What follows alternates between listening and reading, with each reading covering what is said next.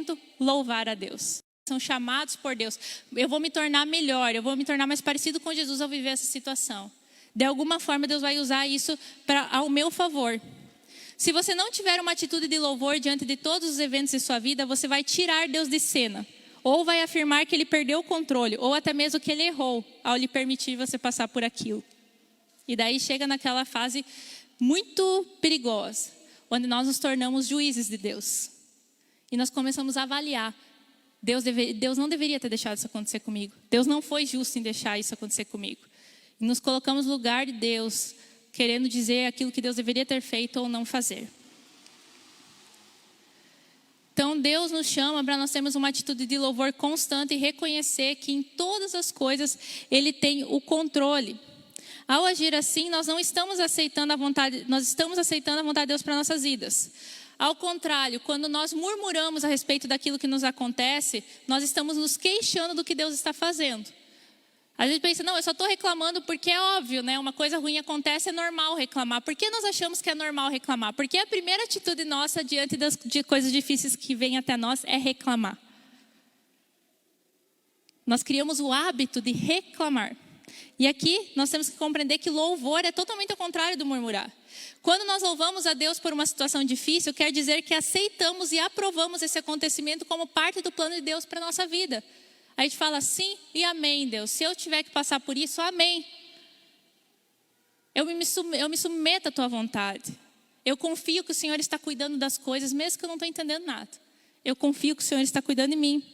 O que nos impede muitas vezes de agir assim é porque nós queremos entender o porquê das coisas que nos acontecem. O entendimento, então, a busca por essa compreensão muitas vezes acaba então se tornando um obstáculo no nosso relacionamento com Deus. Quantas vezes você se sentiu impedido de louvar a Deus porque não entendeu algo que estava acontecendo? Quem sabe você chegou aqui na celebração ou foi num pequeno grupo ou estava num ambiente onde as pessoas estavam agradecendo, louvando a Deus e você não consegue desprender o teu coração para louvar porque tem algo te incomodando. Algo está acontecendo na tua vida e você acha que isso não está certo. Como é que eu vou agradecer a Deus? Olha o que está acontecendo. Como é que eu vou louvar a Deus em meio a essa circunstância? Então, essa busca de ficar compreendendo o porquê Deus faz as coisas da maneira que faz, muitas vezes nos impede de louvar. Isso não significa que nós devemos louvar a Deus sem entendimento. A Bíblia nos orienta a louvar a Deus com inteligência. Ou seja, reconhecendo quem Ele é, reconhecendo a sua palavra. A questão é focar o entendimento no que é importante. Nosso entendimento nos atrapalha quando nos leva a tentar saber o porquê e o como Deus age. Por que Ele permite algumas circunstâncias. Muitas vezes nós não vamos compreender o porquê Deus age da forma que Ele age. Deus quer que a gente use o nosso entendimento, então, para compreender que Ele nos ama e que Ele tem um plano para todas as coisas que acontecem em nossa vida. Então, ao invés de focar nossa energia em tentando compreender o porquê, eu foco minha energia, meu entendimento em lembrar e em ter convicção que Deus me ama. E se isso está acontecendo é porque Deus tem um propósito. Por que eu estou falando isso em relação ao louvor? Porque se nós não temos essa atitude em nosso coração, nós não vamos conseguir externalizar louvor. Muitas pessoas têm dificuldade de expressar louvor a Deus, de se entregar em louvor, porque seu coração está mal resolvido com a vontade de Deus na vida dela. Ela não consegue reconhecer Deus em seus caminhos. Nós precisamos ter consciência que Deus nunca irá usar uma circunstância difícil para nos prejudicar. Nem mesmo para nos castigar. Ele pode usar para nos corrigir, mas não para nosso mal. Deus sempre permite qualquer situação em nossa vida porque Ele nos ama. E Ele tem um controle, Ele tem um plano geral na sua história. Eu poderia pedir para alguns de vocês, quem sabe vocês poderiam compartilhar coisas que vocês viveram no passado, que não fazia sentido no momento, uma dificuldade que você passou, a sua criação, quem sabe, algum episódio que você teve na tua vida que naquele momento não fazia sentido, que foi sofrido, foi difícil, você teve que batalhar muito. E hoje, quando você olha para trás, aquilo começa a fazer sentido para você. Aquela situação difícil te fortaleceu, aquela situação difícil te deu lições, aquela situação difícil te moldou. Porque Deus trabalha assim, às vezes Você já tentou explicar uma coisa difícil para uma criança? Às vezes as crianças pedem, fazem umas perguntas, né, bem difíceis da gente poder explicar.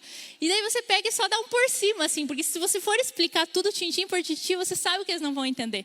E vai render mais perguntas ainda, né? Eu vejo que Deus muitas vezes faz assim conosco. Nós somos limitados em nossa compreensão e não entendemos as coisas que vêm ao futuro. Mas Deus, Ele fala para nós, simplesmente confia. Você entregou para mim, confia. Descansa. Porque não adianta Deus tentar explicar, nós não vamos entender agora. É só para confiar. E que bom fosse se todas as vezes nós aprendêssemos que é mais fácil, mais prazeroso descansar e confiar do que ficar lutando com Deus. Nossa vida seria muito mais leve se a gente não lutasse tanto com Deus.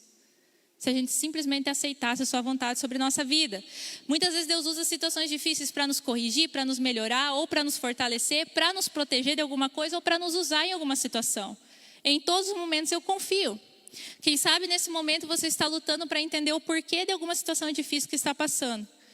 E eu quero convidar você a mudar a sua atitude em relação a essa situação. Procure aceitar que Deus está no controle, Deus está cuidando de tudo. Com todo o seu entendimento, lembre que Deus ama você e permitiu que isso acontecesse para o seu bem. E a partir disso, desenvolva uma atitude de gratidão pela situação que você está vivendo. Nós vamos aprender um pouquinho mais sobre isso no ponto 2. Praticar a gratidão. Pode completar ali? Praticar a gratidão. Então, nós temos que, a partir do momento que nós compreendemos que Deus tem o controle de todas as coisas e eu faço isso virar uma convicção em meu coração, eu começo a praticar isso através da gratidão. Então, o louvor, ele deve ser uma atitude constante diante de todas as situações. E a expressão do louvor é a gratidão. A gratidão, toda vez que a gente expressa gratidão a Deus, a gente está declarando que a gente confia nele e reconhecendo que ele é Deus. Paulo enfatizou lá em 1 Tessalonicenses: e sejam agradecidos a Deus em todas as ocasiões. Isso é o que Deus quer de vocês por estarem unidos com Cristo Jesus. Eu não vou agradecer pela doença, mas pelo plano divino de Deus através dela. A gente sabe que muita coisa nos acontece e não é boa. Deus não tem prazer nesse sofrimento que nós estamos passando. Mas Ele nos permite por causa de um plano divino. Então, em meio, como Paulo diz aqui, em todas as ocasiões, em meio a essa situação eu agradeço. Deus, obrigada porque eu estou passando por essa situação difícil.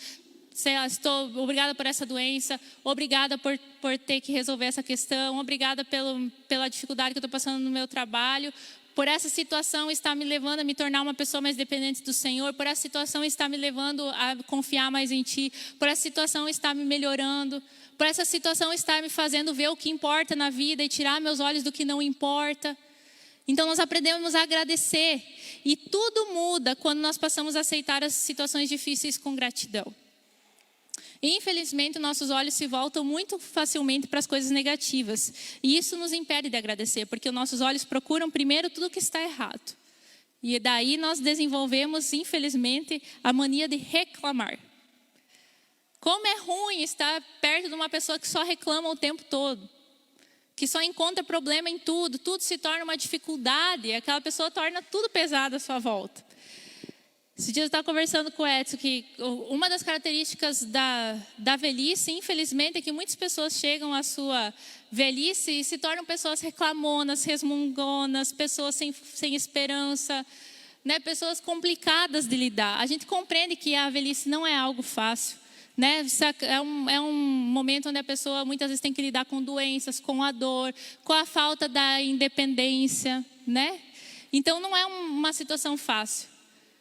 Mas eu tenho certeza que o plano de Deus não é que nós cheguemos à nossa velhice sendo pessoas assim.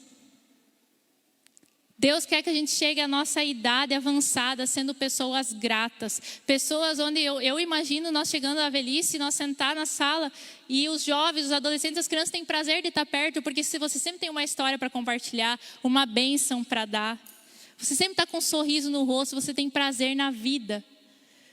Esse é o plano de Deus. E quando a gente começa a trabalhar na nossa velhice, hoje, se hoje nós temos mania de murmurar, imagina depois, que a gente vai sentir dor toda hora, que vai ter as dificuldades, que eu vou precisar de alguém, às vezes até para me levar no banheiro, né? Se eu reclamo hoje, imagina depois.